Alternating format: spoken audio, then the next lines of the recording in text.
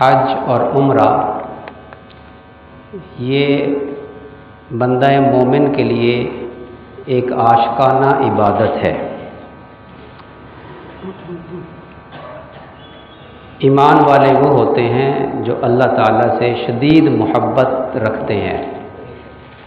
والذین آمنوا اشد حبا للہ، اللہ تعالیٰ سے شدید محبت کرتے ہیں ایمان والے۔ وہ محبت دنیا کی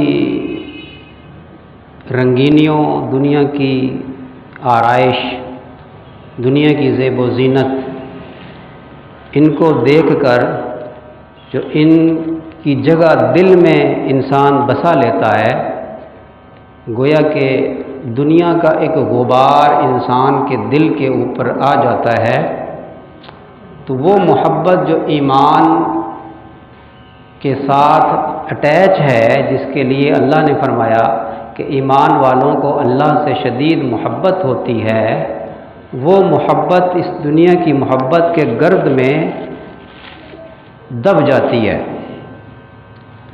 اللہ تعالیٰ شانو چاہتے ہیں کہ یہ دنیا کی گرد و غبار، یہ دنیا کی محبت میرا بندہ اپنے دل سے اتار پھینکے اور میری محبت کو خالص کر لے، خالص کر لے۔ جن کی محبت کا حکم دیا، جن کے ساتھ تعلق کا حکم دیا، باپ کے دل میں بیٹے کی محبت، بیٹے کے دل میں باپ کی، خاوند کے دل میں بیوی کی، بیوی کے دل میں خاوند کی، یہ جو لوگوں کے ساتھ محبتیں ہیں، یہ اللہ کی محبت کے تابع ہوں، یہ بھی دین ہے۔ دل میں دوسروں کی محبت کا ہونا، خیر خواہی ہونا، ایک جذبہ ہونا، شفقت کا ہونا، یہ اللہ تعالیٰ شانو نے انسان کی فطرت بھی بنائی ہے اور اس میں اللہ تعالیٰ نے اجر بھی رکھا ہے۔ لیکن یہ فرمایا کہ اللہ کے نبی کی محبت اور اللہ کی محبت ان ساری محبتوں پر غالب ہو، اور وعید سنائی اگر تمہارے دلوں میں مال کی محبت، اولاد کی محبت، بیوی بچوں کی محبت، یہ محبتیں اللہ اور اللہ کے رسول صلی اللہ علیہ وسلم کی محبت کے اوپر ہوں گی، تو پھر انتظار کرو کہ اللہ کا عذاب بڑا سخت ہے۔ اللہ تعالیٰ چاہتے ہیں کہ میری محبت ہر محبت پر غالب رہے۔ اللہ کے نبی صلی اللہ علیہ وسلم گھر میں ہوتے، اپنی بیویوں کے ساتھ ہنسی مذاق بھی کر رہے ہوتے تھے، اچانک آواز سنتے کس کی؟ حضرت بلال رضی اللہ تعالیٰ عنہ کی اذان کی آواز سنتے، تو اما عائشہ رضی اللہ تعالیٰ عنہ فرماتی ہیں کہ اذان کی آواز سنتے ہی آپ ایسے ہو جاتے جیسے ہمیں پہچانتے ہی نہیں۔ اللہ، وہ محبت، اللہ کی محبت، اللہ چاہتے ہیں کہ میرے بندے کے دل میں میری محبت ہر چیز سے حاوی ہو۔ جی، حضرت ابراہیم علیہ السلام کو جو آزمایا، بیٹے کی محبت، اللہ تعالیٰ شانو نے آزمائش کی، یہ الگ عنوان ہے، مجھے حج پر آج گفتگو کرنی ہے، میں بیچ میں تھوڑی سی محبت کی بات آ گئی تو بیچ میں ذرا سی کرتا ہوں، پھر اپنے موضوع پر آتا ہوں، ورنہ پھر بات لمبی ہو جائے گی۔ حضرت ابراہیم علیہ السلام کا اللہ سے عشق، اللہ کی محبت، شدید محبت، یہ فرشتوں میں بھی مشہور تھی کہ اللہ نے خلیل بنایا اپنے ابراہیم کو، جسے اللہ نے حکم دیا کہ اپنی لاڈلی بیوی کو لکو دک صحرا میں چھوڑاؤ، دودھ پیتے بچے کو لکو دک صحرا میں ہمارے گھر کے پاس چھوڑاؤ، ابھی نشان نہیں تھا بیت اللہ کا، چھوڑائے، اور اب بچہ جو آج تھوڑا سا بڑا ہوا تو چھری پھیر دو گردن پہ، پھیر دی، وہ تو اللہ نے بچانا تھا اور مینڈا دیا اللہ نے، وہ الگ بات ہے، لیکن انہوں نے تو پھیر دی نا، یہ ہوتی محبت۔ کہ اللہ کی محبت ہر چیز پر غالب رہے۔ حج اس محبت کی تکمیل ہے۔ آشکانہ انداز میں اللہ کے گھر دیوانہ وار چلے جاؤ۔ آیات کا ترجمہ کرتا ہوں ورنہ پھر یہ بات رہ جائے گی۔ اللہ تعالیٰ شانہ کیا فرماتے ہیں؟ وَإِذْ بَوَّأْنَا لِإِبْرَاهِيمَ مَكَانَ الْبَيْتِ أَلَّا تُشْرِكْ بِي شَيْئًا وَطَهِّرْ بَيْتِيَ لِلطَّائِفِينَ وَالْقَائِمِينَ وَالرُّكَّعِ السُّجُودِ۔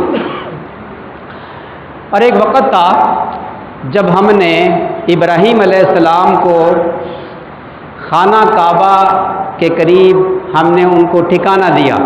وَإِذْ بَوَّأْنَا لِإِبْرَاهِيمَ مَكَانَ الْبَيْتِ أَلَّا تُشْرِكْ بِي شیئا، کسی کو ہماری ذات و صفات میں شریک نہ کرنا۔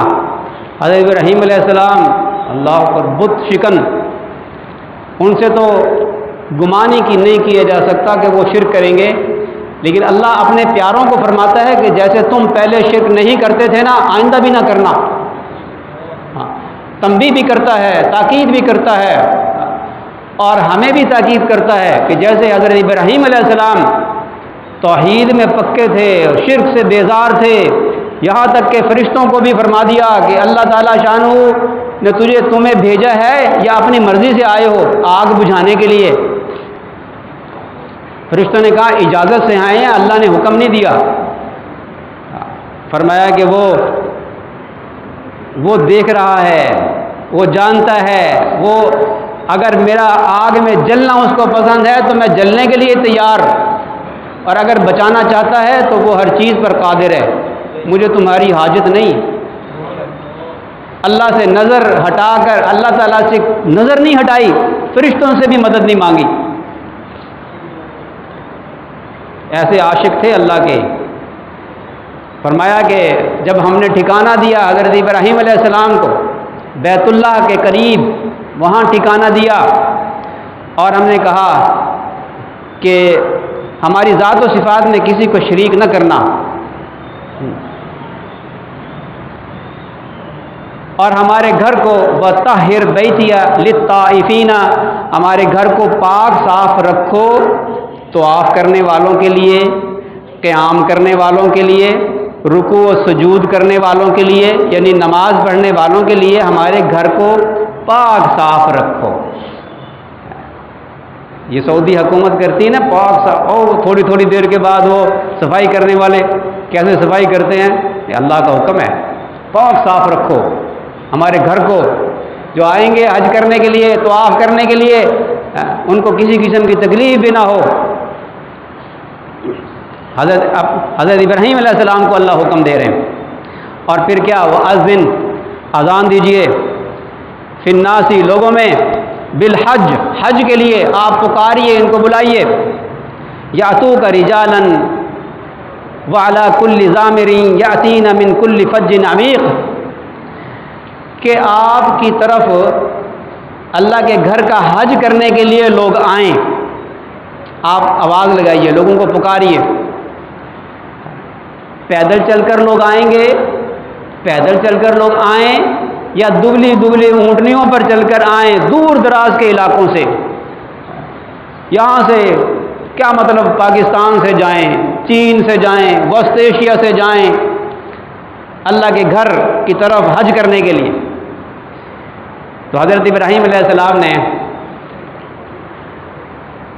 جبل ابی قبیس پر چڑھ کر، اور بعض روایات میں آتا ہے کہ مقام ابراہیم پر کھڑے ہوئے تو موزانہ طور پر مقام ابراہیم اونچا اٹھا، اوپر اٹھا، اور حضرت ابراہیم علیہ السلام نے کانوں میں انگلیاں دے کر، کانوں میں انگلیاں اس لیے دی جاتی ہیں کہ زیادہ زور سے بولا جا سکے، حضرت ابراہیم علیہ السلام نے آواز لگائی دائیں طرف سر کر کے گھما کر کہ اے لوگو، اللہ تعالیٰ پکارتا ہے، بلاتا ہے تمہیں اپنے گھر کی طرف حج کے لیے آؤ۔ پھر بائیں طرف، اے لوگو، اللہ تمہیں بلاتا ہے حج کی طرف، اپنے گھر کی طرف حج کے لیے آؤ۔ اللہ تعالیٰ شانہ نے اپنی قدرت سے حضرت ابراہیم علیہ السلام کی آواز کو 4 دانگے عالم کے اندر پہنچایا اور عالم ارواح میں بھی پہنچایا۔ عالم ارواح میں جنہوں نے اس آواز کو سن کر لبیک کہا، جس نے 1 مرتبہ لبیک کہا اللہ نے اس کو 1 مرتبہ حج یا عمرے کی توفیق عطا فرمائی، جس نے 2 دفعہ لبیک کہا اللہ نے اس کو 2 دفعہ حج کی توفیق عطا فرمائی، جس نے 3 دفعہ کہا اللہ نے اس کو 3 دفعہ حج کی اور عمرے کی توفیق عطا فرمائی، اور جنہوں نے دمادم لبیک کہا اللہ نے ان کو دمادم حج اور عمرے کی توفیق عطا فرمائی۔ ماشاءاللہ، جس نے 1 مرتبہ حج کیا اس نے اللہ کا فرض ادا کیا، جس نے 2 حج کیے اس نے اللہ کو قرض دیا، اور جس نے 3 حج کیے اس کی بال بال بوٹی بوٹی پر جہنم کی آگ حرام ہے۔ حج کرنے والا فقیر نہیں ہوتا، فرمایا حدیث میں ہے کہ بار بار حج اور عمرہ کیا کرو، حج کرنا فقر کو دور کرتا ہے، انسان کو غنی بناتا ہے۔ غنی بنیے اللہ اور دیتا ہے، اللہ اور دیتا ہے مال۔ لوگوں میں بھی خرچ کیجئے۔ آپ سوچتے ہوں گے بعض حضرات کو اعتراض ہوتا ہے کہ غریبوں مسکینوں میں تقسیم کرو، تو اتنا خرچ کر کے حج پہ نفلی حج، یہ تو نفلی حج ہے۔ بھائی اس کا مختصر جواب تو یہ ہے کہ بھائی حدیث میں ترغیب ہے، بار بار حج عمرہ کرنے کی ترغیب ہے حدیث میں۔ ہاں اگر کوئی غریب مسکین ضرورت مند کی مدد نہیں کرتا تو یہ اس کا قصور ہے، اللہ نے اس کو مال دیا ہے حج بھی کرے اور غریب و مسکینوں کی مدد بھی کرے۔ اور اگر اس کے پاس اتنا مال ہے، صرف اتنا مال ہے کہ یہ حج کر سکتا ہے، اور اس کے بالمقابل کسی بیوہ کسی یتیم کی ضرورت آن پڑی، اب یہاں تقابل آ گیا، یا نفلی حج کر لے یا اس مسکین کی مدد کر دے۔ اللہ تعالیٰ ٹوٹے ہوئے دلوں میں رہتا ہے، وہ بیت اللہ اس گھر کے اندر نہیں رہتا، وہ مومن کے ٹوٹے ہوئے دل کے اندر رہتا ہے۔ یہاں جب تقابل آ گیا تو اللہ والے جو ہیں اور ان کے پاس اتنا نہیں ہے، یا حج کر لے یا غریب کی مدد کر دیں، تو اللہ والے کیا کرتے ہیں، غریبوں کا قرضہ اتروا دیں گے، غریبوں کی مدد کر دیں گے، حج کو موقوف کر دیں گے۔ میں نے پچھلے جمعے جو قصہ سنایا تھا وہ حضرت عبداللہ بن مبارک رحمۃ اللہ علیہ کا ہے یا کسی اور بزرگ کا، کہ جب ایک سیدہ اور اس کے بچے وہ بھوکے تھے، وہ تھیلی جو حج کے لیے جمع کی تھی وہ اس بیوہ کو دے دی۔ اللہ نے ایک فرشتہ مقرر کر دیا کہ اس کی شکل بنا کر جس نے حج کیا سارے ارکان ادا کیے، اور آ کر وہ ایک حاجی نے وہ تھیلی بھی پکڑا دی کہ یہ لو آپ تو ہمارے ساتھ تھے اور مینا میں بھگدڑ مچی تھی، آپ نے یہ تھیلی پکڑائی تھی، آپ پتہ نہیں کہاں غائب ہو گئے تھے، اور یہ پکڑو میں اس وقت سے سنبھالے ہوئے ہوں، یہ لو اپنی تھیلی۔ جو حج کرتا ہے حج مبرور، جو حج مبرور کرتا ہے، فرمایا کہ حج مبرور کا بدلہ جنت کے علاوہ کچھ نہیں۔ جو حج مبرور کرتا ہے قیامت کے دن 400 افراد کی شفاعت کرے گا یہ حاجی۔